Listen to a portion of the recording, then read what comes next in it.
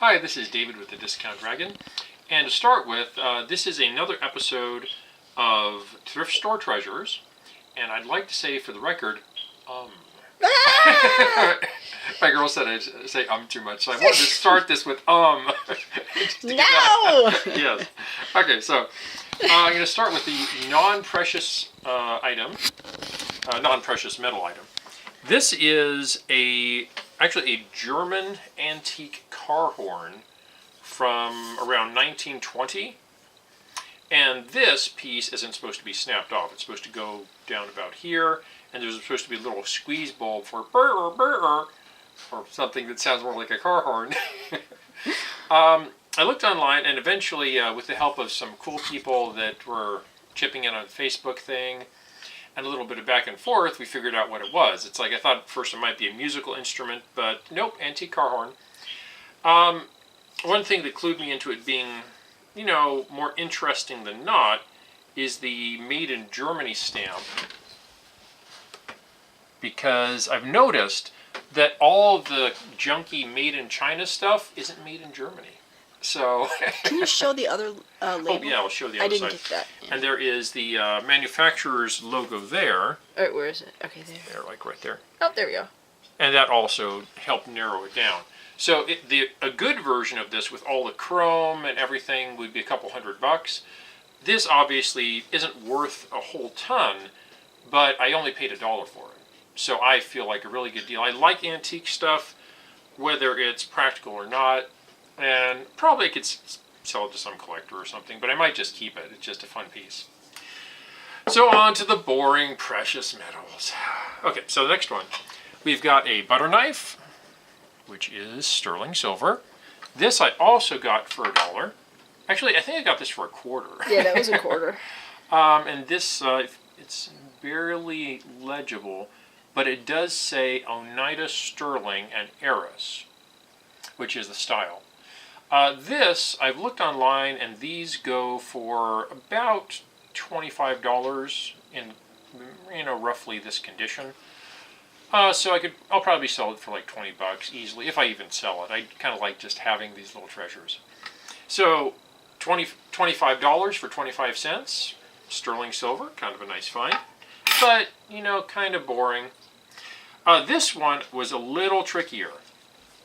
This is a small ceramic collector plate that I have no idea how much it's worth, but this edging here is sterling silver. Now, to determine that was kind of tricky, because one problem you run into with sterling silver items is that the tarnish covers stuff up. Now, even after I buffed the tarnish off, it was very difficult to see it. If you can see, it's stamped on the edge here in just really fine, tiny print, and everybody else missed it, and I didn't, and that's kind of the fun of finding it.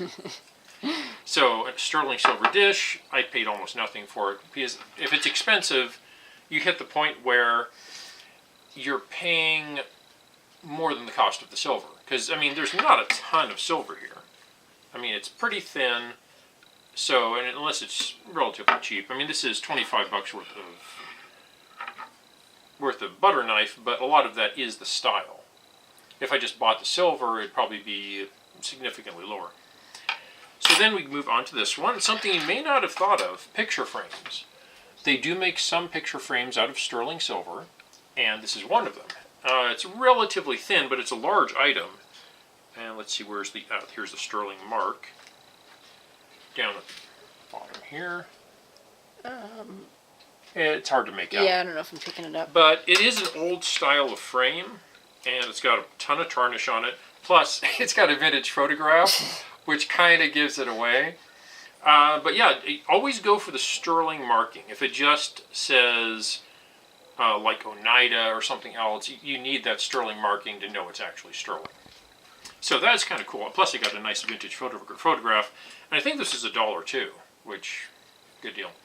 Now, here's another one of those things. If you take a look here, it's a gold earring. Not incredibly big, but it is actually gold. I think it's like 14 karat or something.